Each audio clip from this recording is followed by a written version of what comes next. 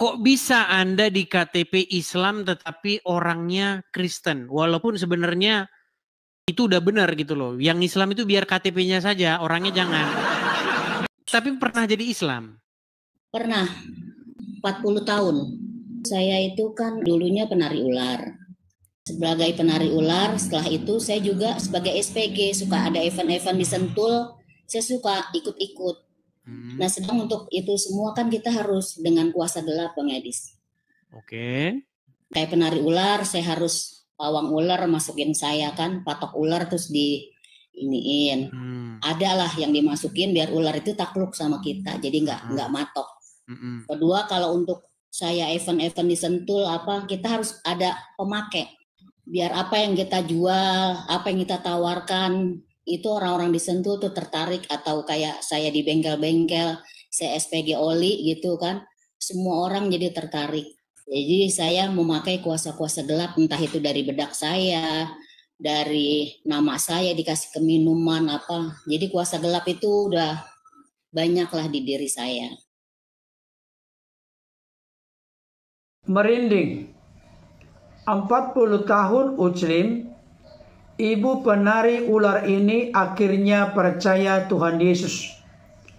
Ini kesaksiannya di Room Live Edis TV. Bu Yunika ini Muslim atau Kristen? Saya kalau di KTP saya Muslim. Di KTP Anda Muslim? Muslim. Di KTP Islam. Tetapi? Saya Kristen. Kita harus tes dulu ini. Nggak bisa kita orang ngaku-ngaku. Oke, begini Bu. Kok bisa Anda di KTP Islam tetapi orangnya Kristen? Walaupun sebenarnya itu udah benar gitu loh. Yang Islam itu biar KTP-nya saja, orangnya jangan. Nah, coba silakan. Kenapa tuh Bang Edis? Kok bisa KTP Anda Islam tetapi orangnya bukan Islam? Karena kalau saya untuk mengganti data-data itu semuanya harus lengkap di kelurahan. Agak susah. Jadi saya pikir daripada saya prosesnya susah, lebih baik ya udah biar aja. Yang penting saya kan Kristen. Oke. Jadi anak-anak saya semua ada surat baptis semua, sedang mereka masih kecil-kecil. Tapi pernah jadi Islam? Pernah. Berapa lama jadi orang Islam? 40 tahun. 40 tahun. Waduh, lama sekali jadi orang Islam. Umur saya saja belum sampai. Oke, baik. Baik.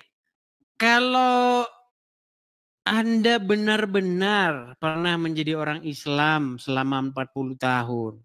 Kira-kira untuk meyakinkan kita-kita ini yang menonton ini apa kira-kira? Ya mungkin kalau masih bacaan sholat sekedar ruku, sujud saya masih apa ya Bang Edis. Silakan Bu, silakan Bu. Kayak ruku subhana rabbiyal azim 3 kali. Kalau untuk sujud kan subhana rabbiyal a'la. Terus? Itu untuk meyakinkan. Kedua saya juga masih paling surat-surat pendek, Al-Fatihah masih ingat. Jangan Al-Fatihah, Al-Fatihah terlalu lumrah. Coba jangan Al-Fatihah. Bismillahirrahmanirrahim. Inna a'toinaka kausar fasholli li rabbika wanhar. Inna sani'aka huwal abtar. Sah ini muslim. Ya, walaupun muslimnya ya oke.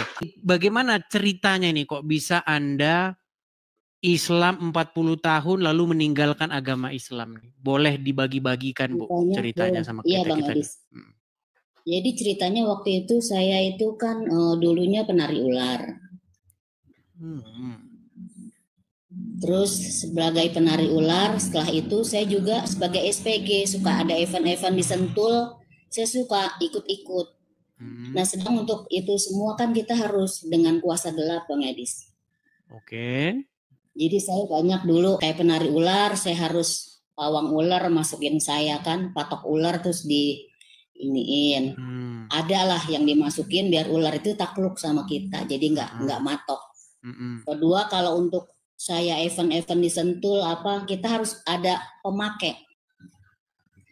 biar apa yang kita jual, apa yang kita tawarkan, itu orang-orang di Sentul tuh tertarik, atau kayak saya di bengkel-bengkel, saya SPG oli gitu kan, semua orang jadi tertarik. Jadi saya memakai kuasa-kuasa gelap, entah itu dari bedak saya, dari nama saya dikasih ke minuman apa. Jadi kuasa gelap itu udah banyak lah di diri saya. Jadi waktu saya bertemu dengan suami saya kan orang Sulawesi Manado. Jadi dia Kristen, saya Islam. Tapi saya tanya, dia mau ikut saya. Jadi saya menikah itu dengan cara Muslim. Oh, ibu dan bapak menikahnya itu, Islam? Menikah secara Islam? Jadi suami ikut saya. Oke. Setelah sekian tahun saya lihat suami saya nggak menjalankan. Misalnya sholat, bangun pagi lah, subuh apa, dia nggak menjalankan itu semua. Jadi dia ikut Islam itu hanya untuk nikah saja. Nikah. Ya. Lama-lama saya pikir, kok dia jadi nggak ada agamanya gitu kan. Akhirnya saya udahlah, terserah kalau dia nggak mau ikut saya. Padahal waktu itu saya wiritin dia, sholatin dia, puasain dia, maksudnya biar dia jadi Islam yang taat. Tapi akhirnya dia dibaptis tanpa pengetahuan saya, dia baptis ulang. Kan udah mau sebentar. Ya. Tapi bagaimana Anda sholat, wirid, sementara Anda tidak menjalankan agama Islam? Anda bilang tadi penari ular. Iya, walaupun saya penari ular, setelah jadi penari ular itu saya jadi seorang calon istri ustadz di kampung saya. Sejak saat itu saya jadi seorang Islam yang taat. Oh, udah bertaubat dulu ya? Saya ikut pesantren kilat, pengajian-pengajian, karena ustadz itu mendidik saya untuk jadi Islam yang taat. Jadi saya dulu tuh berkerudung dari ujung kaki sampai ujung kepala, jadi nggak mau ketemu orang kalau terbuka. Oh iya.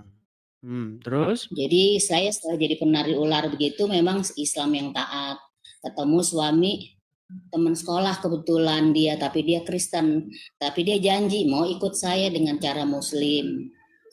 Tapi setelah kita menikah, dia tidak menjalankan itu semua. Oke, sampai pada waktu dibaptis lagi tadi. Setelah dia dibaptis, lalu? Setelah dibaptis, akhirnya kita beda agama, Bang Edi, selama 8 tahun. Dia kembali ke Kristen, saya Muslim. Jadi sepertinya saya tuh membiarkan dia begitu, tapi saya juga mendoakan. Anak-anak saya 3. Saya sebentar, lalu bagaimana ceritanya mau jadi istri Ustadz? Oh, waktu itu sebelum ketemu suami saya, setelah jadi penari ular. Berarti berarti setelah berhenti jadi penari ular, berhenti pakai magic begitu, lalu mau nikah dulu sama calon ustadz itu dulu, tapi nggak jadi. Sama ustadz itu. Tapi nggak jadi. Oh, akhirnya malah jadi sama orang Kristen. Iya, jadi sama orang Kristen. Karena ustadz saya itu kelas saya 2 SMA ngajak saya nikah, tapi orang tua nggak boleh. Katanya kan nikah siri dulu aja. Orang tua nggak boleh karena masih sekolah. Jadinya ustadz itu ya dia nikah lah sama teman saya. Begitu lulus saya ketemu setelah udah puluhan tahun lah. Kalau dulu saya pernah juga sih nikah sebelum ketemu suami yang ini, saya nikah cara Islam dulu sama suami yang pertama. Oh, oke. Sampai akhirnya nikah yang sama orang Manado. Iya, sama orang Manado ini saya nikah. Akhirnya 8 tahun kami beda agama. 8 tahun beda agama, saya penasaran gitu Bang Edis. Namanya satu kapal 2 nakoda. Akhirnya tidak ada kecocokan, ribut terang dan gelap ya. Terus. Tidak mungkin bersatu. Lalu? Akhirnya karena terjadi keributan terus, saya bertanyalah sama ada opa-opa. Saya bilang, opa kalau di Kristen itu ada nggak sih buat menundukkan hati suami? Saya bilang gitu. Kata si opa itu, ada di gereja sana tuh. Kebetulan namanya gerejanya kan waktu itu ikutlah saya di Cawang. Akhirnya saya datang, diajak sama si opa itu. Tapi saya datang itu, saya cuma penasaran aja. Kenapa suami saya udah puasain, sholat semua saya jalanin, kok suami saya nggak mau ikut saya, masih tetap bertahan sama keyakinan dia. Akhirnya saya ikutlah, penasaran saya ke gereja. Tapi di gereja itu saya seperti menantang jiwa saya. Saya masih yakin bahwa Tuhan yang saya sembah ini lebih hebat, lebih dahsyat dari Tuhannya orang Kristen. Saya mau menunjukkan itu sama suami saya. Akhirnya saya dibawalah ke gereja.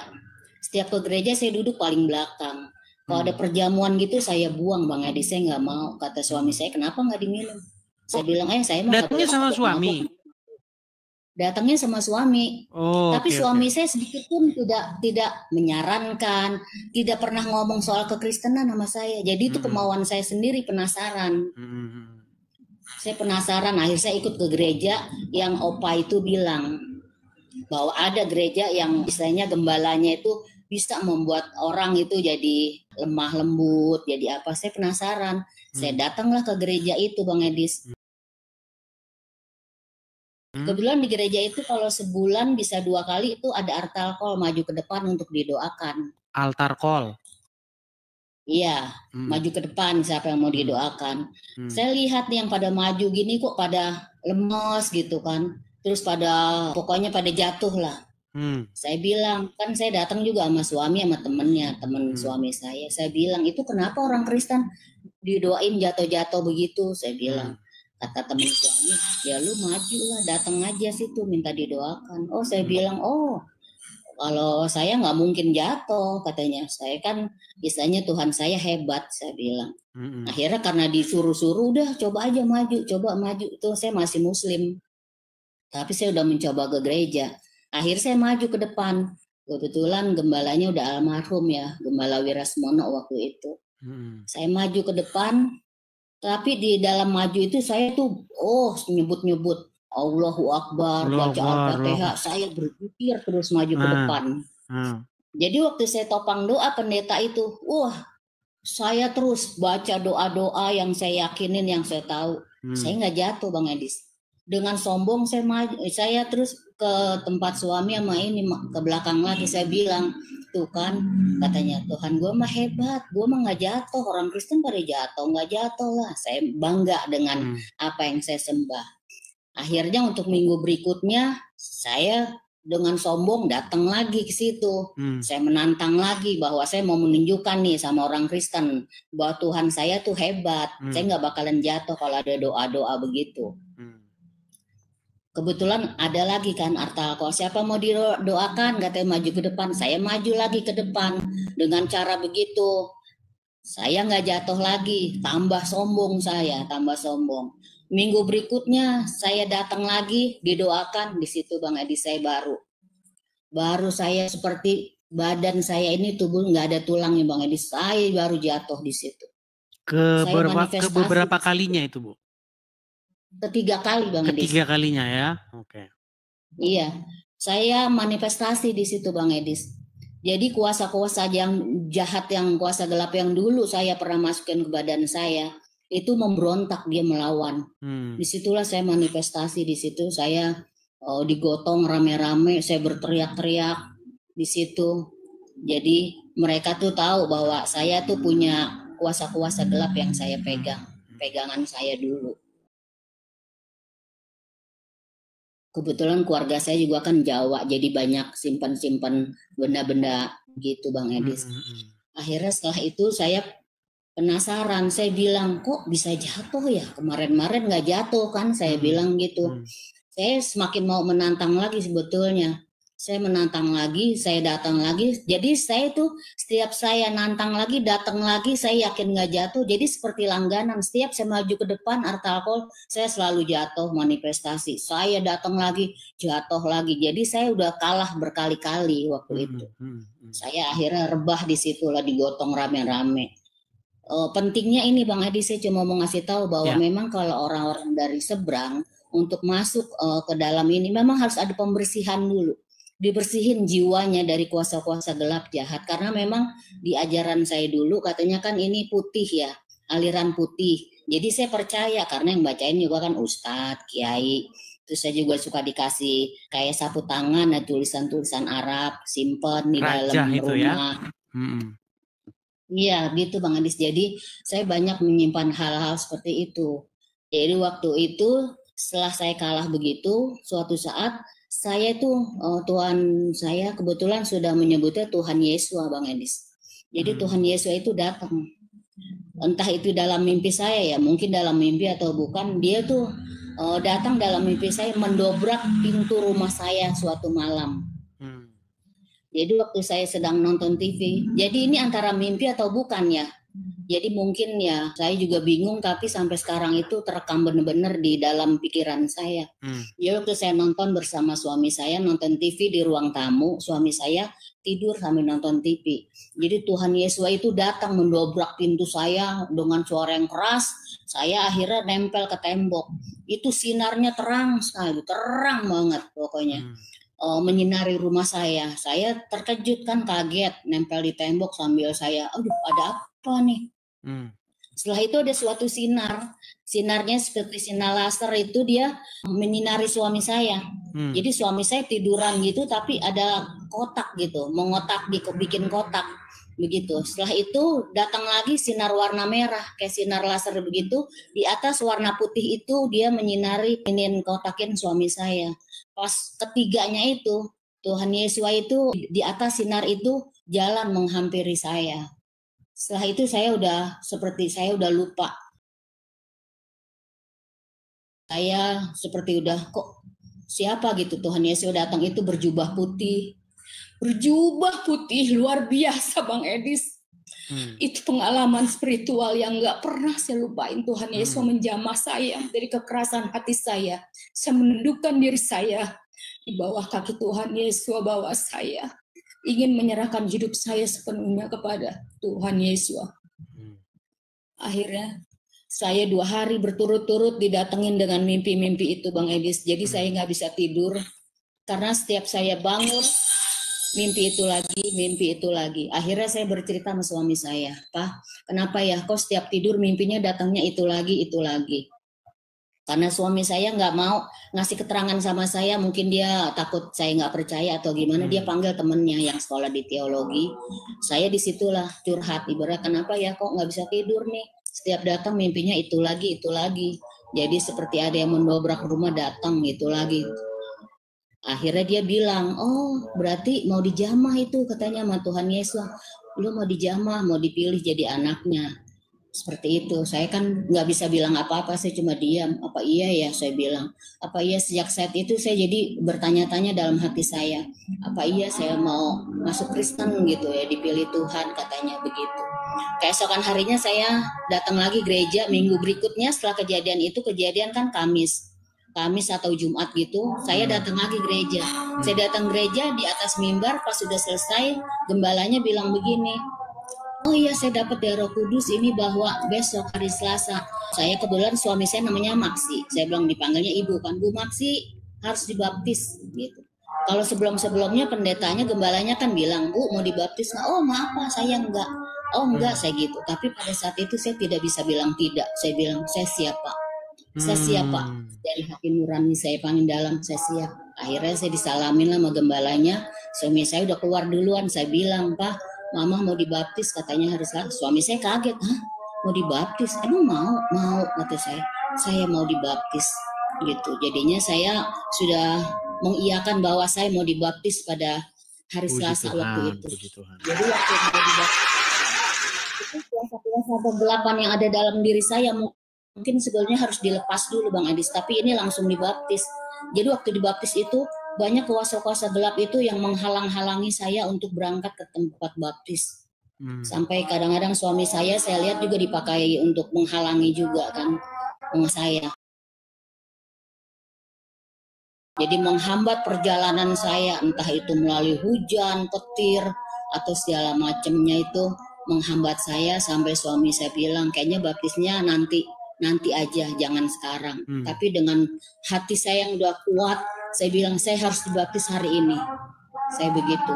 Akhirnya pada saat itu sampailah saya di rumah Bapak Gembalanya itu pun hujannya luar biasa dan petir semua. Akhirnya pihak kolam renang bilang tidak bisa ada baptis di situ karena takut tersambar petir. Akhirnya karena sudah malam, akhirnya ada salah seorang jemaat yang bilang di rumahnya ada kolam renang.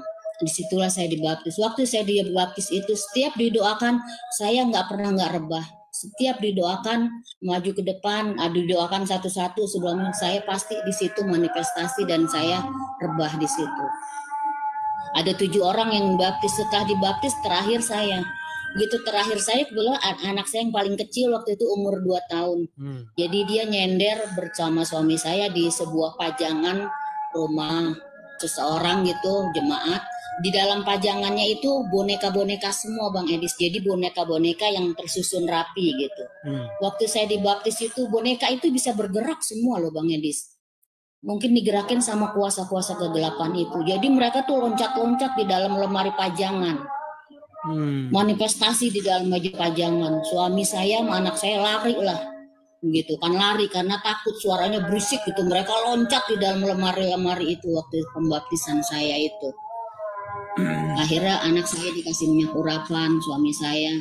Setelah saya selesai itu bergerak-bergeraknya, saya selesai dibaptis. Jadi waktu saya selesai dibaptis itu juga banyak kejadian-kejadian yang mungkin di luar akal manusia, kejadian-kejadian yang luar biasa yang Tuhan tunjukkan sama saya, yang mungkin bagi saya itu hal-hal yang mustahil. Dan Roh Kudus itu sering bicara sama saya hal-hal yang mungkin waktu itu saya belum memahami, tapi setiap ngomong sama orang itu lalu yang keluar dari mulut saya itu firman Tuhan, firman Tuhan. Jadi kalau orang Kristen ngomong sama saya, ngomong sama suami saya, istri kamu baru dibaptis ya gitu. Jadi aura muka itu juga beda loh Bang Edis. Jadi orang bilang itu saya tuh seperti bersih, mukanya luar biasa lain gitu. Saya bilang kok bisa kelihatan ya, tahu. Jadi ada ibu-ibu baru kenal aja langsung bilang orang Kristen, Bu, ibu baru dibaptis ya. Saya bilang kok bisa tahu Bu gitu.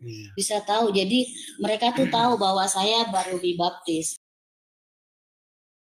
Artinya singkat cerita perjalanan hidup ibu dari Muslim kemudian akhirnya mengenal kebenaran begitu. Jadi memang yang ingin ibu sampaikan kepada saya bahwa orang-orang yang bebal-bebal yang sering saya ajak diskusi, yang sering ibu lihat ini, memang mereka itu punya roh atau kuasa yang harus diusir dulu gitu ya. Iya, harus dibersihkan dulu Bang Edis. Jadi kalau kita untuk menjadi anak-anak Tuhan, memang tubuh badan kita ini harus bersih. Karena ini kan kita bait Elohim, bait Tuhan. Jadi Tuhan juga nggak mau masuk kalau kita masih ada kuasa gelap di dalam badan saya. Saya melakukan pelepasan sampai 3 kali baru keluar Bang Edis. Jadi itu berbentuk, saya ketawa kayak kuntilanak, berbentuk nenek-nenek, berbentuk ular, banyak di dalam badan saya itu Bang Edis. Waktu saya pelepasan sampai 3 kali itu. Jadi kalau saya dulu belum pelepasan, setiap nyanyi rohani itu saya pasti manifestasi. Tapi setelah saya dilepaskan itu semua, itu waktu kita nyanyi pujian, menyembah Tuhan itu benar-benar itu merasuk di hati saya. Benar-benar saya tuh air mata itu nggak bisa dibendung. Ngalir luar biasa, nangis jadi-jadinya kalau nyanyi lagu rohani itu. Beda sama waktu saya belum dibaptis itu. Jadi ada penolakan, roh-roh penolakan di dalam badan saya. Jadi itu yang membuat saya di mulut, karena kan saya SPG ya. Jadi mungkin di mulut saya biar pinter ngomong, biar orang percaya. Jadi dipakein suatu jimat-jimat lah gitu. Jadi waktu saya nyanyi pujiannya itu jadi nyeracau saya begitu Bang Edis. Jadi lagunya itu nggak jelas karena mereka menolak untuk menyanyi pujian. Memuji Tuhan itu mereka nggak mau. Tapi saya bersyukur puji Tuhan sekarang kuasa gelap itu udah lepas benar-benar dari badan saya. Jadi emang udah ada Roh Kudus badan saya. Jadi saya benar-benar gimana ya, mau menyerahkan hidup saya lah sepenuhnya untuk Yesua Hamasya saya sembah. Jadi saya dulu itu hidup saya seperti sia-sia Bang Edis. Sia-sia yang saya lakukan dulu semuanya, nggak ada artinya. Saya percaya kuasa-kuasa jahat, kuasa-kuasa kegelapan. Jadi bagi saya mungkin ya sebagai murtadin, untuk orang-orang yang dari seberang memang perlu ada pelepasan dulu Bang Edis. Karena biar bagaimanapun kita jadi begini saja udah dimasukin gitu kan Bang Edis. Baik. Jadi memang kita harus saling melengkapi ya teman-teman ya. Kalau saya ini cenderung dalam kajian-kajian yang bersifat akademis, diskusi-diskusi ilmiah begitu ya. Tapi ada juga yang pelayanannya dalam rupa dunia-dunia roh begitu ya. Kita sebagai orang Kristen kita percaya itu karena dalam Bible Tuhan Yesus mengusir orang-orang yang kerasukan setan begitu. Jadi ya memang seperti itu. Jadi karena memang kita percaya bahwa ada roh yang menguasai seseorang, ada kuasa yang menguasai seseorang. Nah, ini kalau dalam sudut pandang saya ya, tanpa mengutip masa lalu dari Ibu, gini. Kalau saya mengkajinya dalam bidang yang tertulis dalam literasi Islam.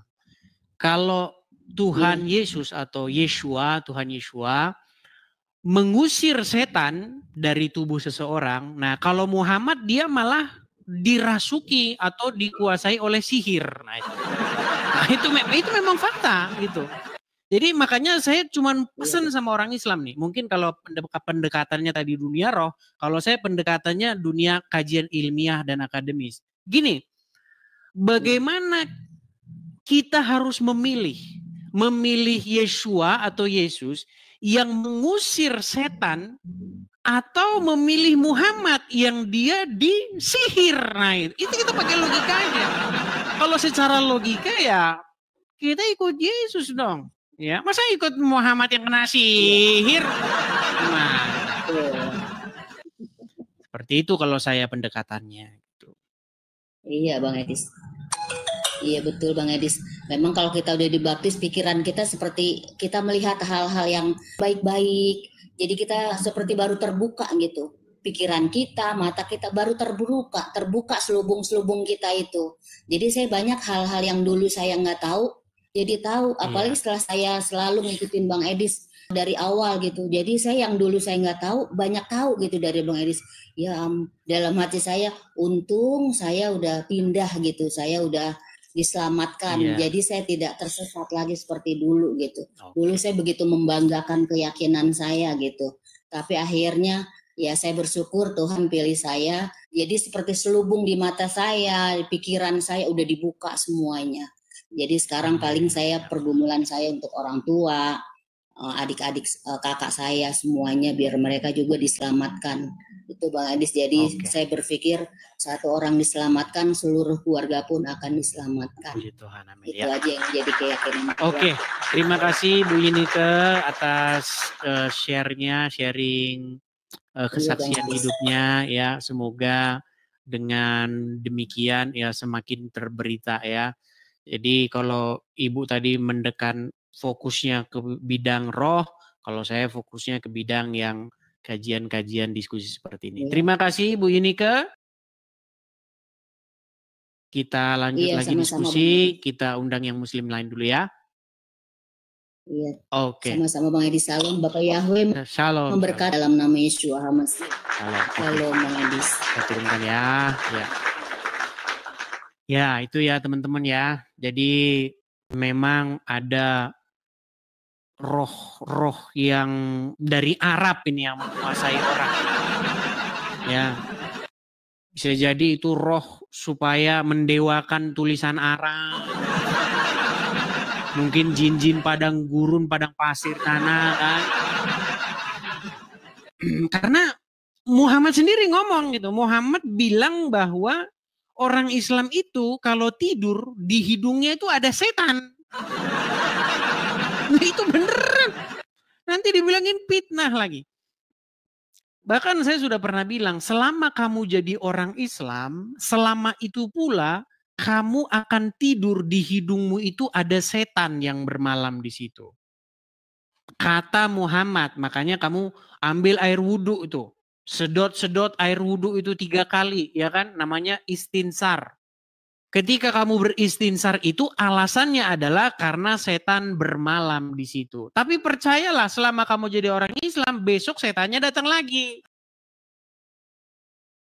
Kesaksian seorang Muslim yang memiliki profesi sebagai penari ular ini dapat menjadi inspirasi bagi kita bagaimana prosesnya beliau dari yang tadinya memiliki keyakinan lain tetapi akhirnya terbuka percaya menerima Yesus sebagai Tuhan dan juru selamat di dalam hidupnya. Memang tidak dapat disangkal atau dipungkiri. Ada banyak cara yang dipakai oleh Tuhan untuk membuka hati pikiran seseorang sehingga benar-benar menyadari dosanya. Dan pada akhirnya dengan segala kerelaan hati terbuka percaya menerima Yesus sebagai Tuhan, penguasa dan juru selamat yang membebaskannya dari dosa, kematian kekal, dan dari jeratan kuasa iblis. Saudara yang dikasihi oleh Tuhan, memang dibutuhkan proses panjang. Dari kesaksian beliau, ternyata menikah dengan seorang beragama Kristen. Tadi beliau mengatakan berasal dari Manado. Dan suaminya ini ikut kepada keyakinannya sebagai seorang Muslim. Ketika suaminya telah beralih keyakinan dari Kristen kepada keyakinan ibu ini, ternyata tidak pernah menjalankan apa yang menjadi kewajiban sebagai seorang yang telah memiliki keyakinan yang baru. Hal itu menjadi sebuah renungan, perhatian, dan pertanyaan baginya. Apalagi sang suami sudah didoakan, digumulkan dengan berbagai macam cara, tapi ternyata tetap saja dingin. Bahkan secara diam-diam, tanpa sepengetahuan ibu ini pada awalnya, suaminya kembali lagi dibaptis ulang untuk menjadi Kristen. Akhirnya beliau pun merenungkan hari lepas hari, memikirkan hal itu. Ada apa dengan semua ini?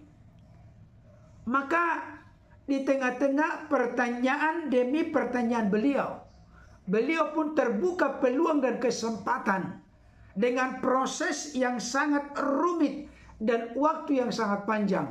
Pada akhirnya beliau tertarik dan menerima Yesus sebagai Tuhan dan Juru Selamat.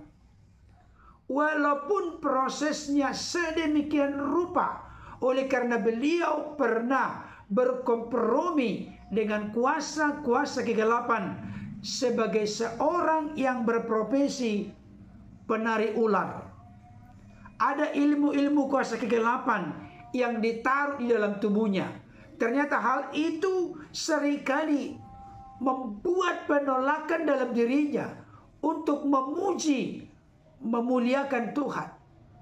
Tapi ketika terjadi pelepasan dengan kuasa Allah dalam Kristus Yesus, beliau pun menjadi seorang yang penuh dengan damai sejahtera dan sukacita.